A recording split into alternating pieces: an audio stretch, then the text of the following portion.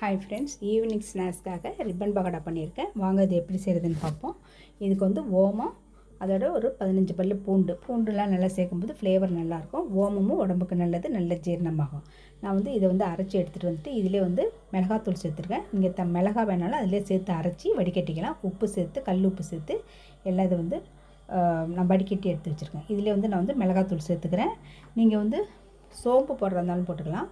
பெருங்காயம் டேஸ்ட்டும் அதுவும் போட்டுக்கலாம். மிளகாயும் பெருங்காயம் மட்டும் போடுறதா இருந்தாலும் போட்டுக்கலாம். அது உங்களுடைய விருப்பம். அது இப்படி போட்டோம்னா நல்ல டேஸ்ட்டாக இருக்கும், நல்ல காரசாரமாக இருக்கும். இதுக்கு வந்து வீட்டிலே அரைச்ச கடலை மாவு, அரிசி மாவு. இது 2 கப்பு கடலை மாவுனா 2 கப்பு அரிசி மாவு, 2 நான் சமமாக எடுத்திருக்கேன். கடலை மாவு உடம்புக்கு ரொம்ப நல்லது, அதனால கடலை மாவு வந்து சரி சமமாக எடுத்துக்கிட்டேன்.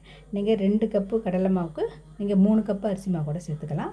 கொஞ்சமாக ஒரு 3 டேபிள் ஸ்பூன் அளவுக்கு எண்ணெய் சூடு பண்ணி அதில் விட்டு மாவை நல்லா பிசைஞ்சிப்போம். இப்போ இதில் வந்து இதுக்கு இந்த ஓமெல்லாம் அரைச்சி வச்சோம் பாருங்கள், அதையும் இதோட சேர்த்துட்டு நல்லா கொஞ்சம் பிசைஞ்சிக்கலாம். தண்ணி பத்தலைன்னா தண்ணி வந்து சேர்த்துக்குங்க. தண்ணி சேர்த்துட்டு மாவு வந்து ரொம்ப டைட்டாக இல்லாமல் நல்லா புளியிற பக்குவத்துக்கு இருக்கணும். இப்போ வந்து நல்லா மாவு பிசைஞ்சிட்டு சின்ன சின்ன உருண்டையாக உருட்டி எடுத்து வச்சுக்கலாம்.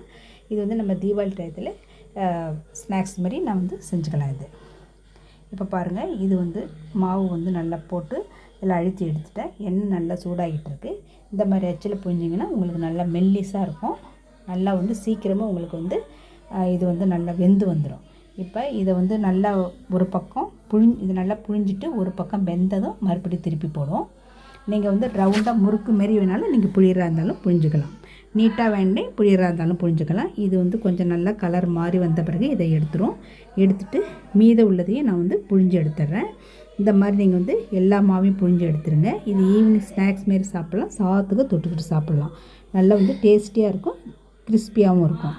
இப்போ இது வந்து நல்லா வெந்து வந்துருச்சு. இது வெந்ததை வந்து நம்ம எடுத்துட்டு வெந்ததை எடுத்து எல்லாத்தையும் நான் வந்து ஒரு பிளேட்டுக்கு மாற்றிட்டு உங்கள்கிட்ட காட்டுறேன்.